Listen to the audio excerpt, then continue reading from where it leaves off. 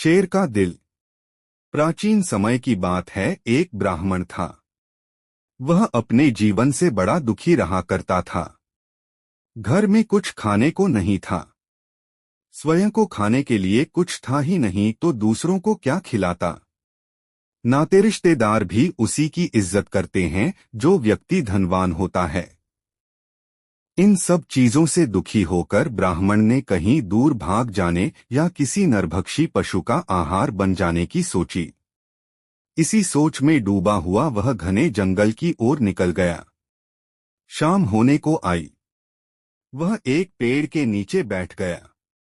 उसने सोचा कि अभी कोई हिंसक पशु आएगा जो अपनी भूख मिटाने के साथ मेरी जीवन लीला खत्म करके सारे क्लेश भी दूर कर देगा। उसी समय उसने देखा कि सामने एक गुफा में से शेर निकला। शेर कुछ रुका।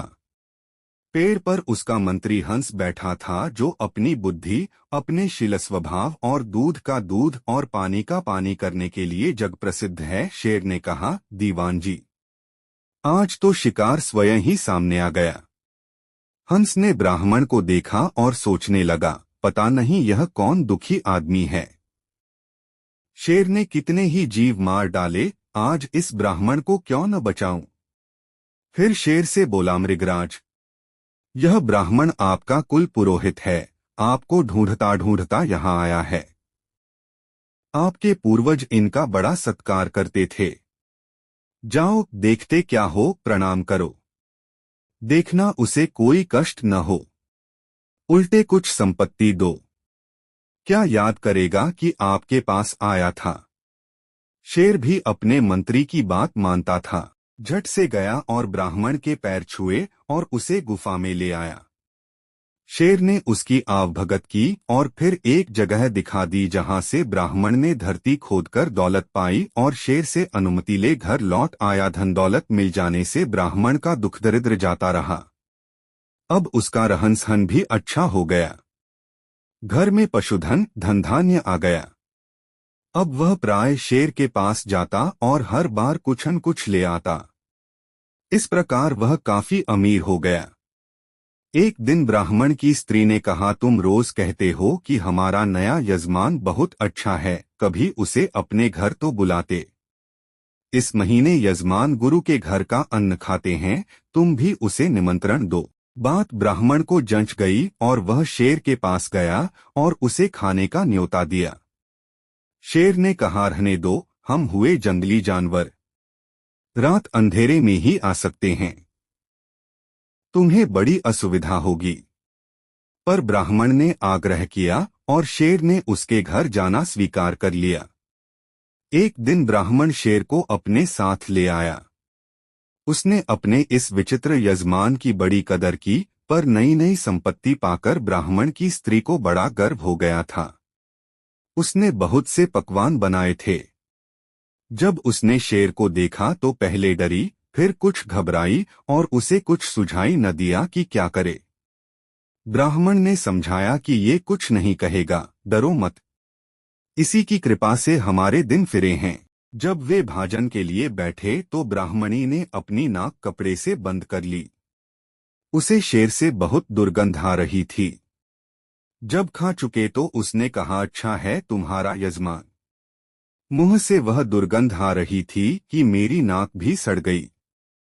शेर ने यह बात सुन ली और धीरे से जंगल को निकल गया। कुछ दिन बाद ब्राह्मण फिर शेर के पास गया तो देखा शेर के तेवर बदले हुए थे। शेर ने कहा, पुरोहित जी, यह लो खड्ग और मारो मेरे सिर पर।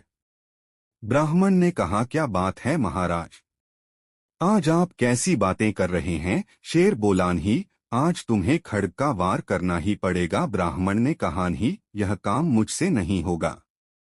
शेर गर्जा, देखता हूं तुम कैसे नहीं करोगे।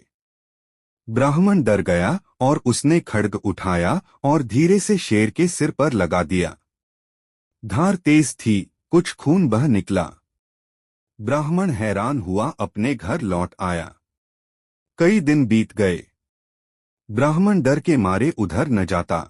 वह समझा कि शेर पागल हो गया है, पता नहीं अब उसका क्या हाल होगा, और अगर मैं गया भी तो न मालूम इस बार क्या कहे। उधर शेर के मंत्री हंस को किसी शिकारी ने मार डाला। शेर ने कौए को नया मंत्री बनाया। कौए ने अपनी मति के अनुसार शेर को सलाह दी और अपने ढंग पर उसे चलाया। कई महीने बीत गए, ब्राह्मण को फिर धन की आवश्यकता हुई। उसने पुनः शेर के पास जाने की सोची और एक दिन वह जंगल की ओर गया।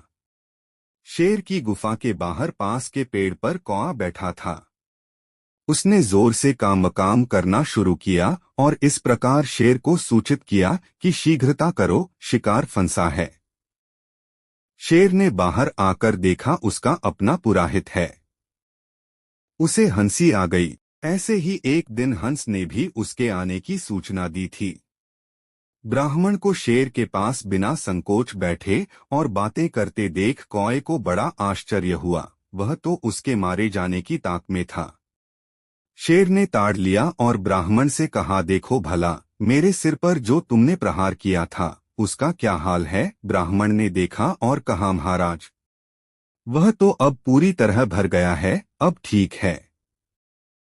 शेर ने कहा, खड्ग का घाव ठीक हो गया, परंतु जो कुछ तुम्हारी पत्नी ने मेरा अपमान किया था उसका जख्म अभी भी हरा है। वह नहीं भरा।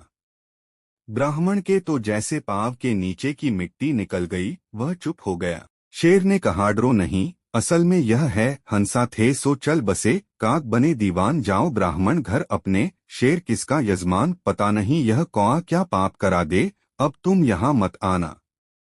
ब्राह्मण ने सोचा, जान बची लाखों पाए। फिर उसे आवश्यकता हुई तो भी उसने मुंह उधर न किया। धन्यवाद। पूरा वीडियो देखने के लिए। आपको वीडियो अच्छा लगा हो तो प्लीज इसे लाइक करे, शेयर करे और चैनल सब्सक्राइब करे।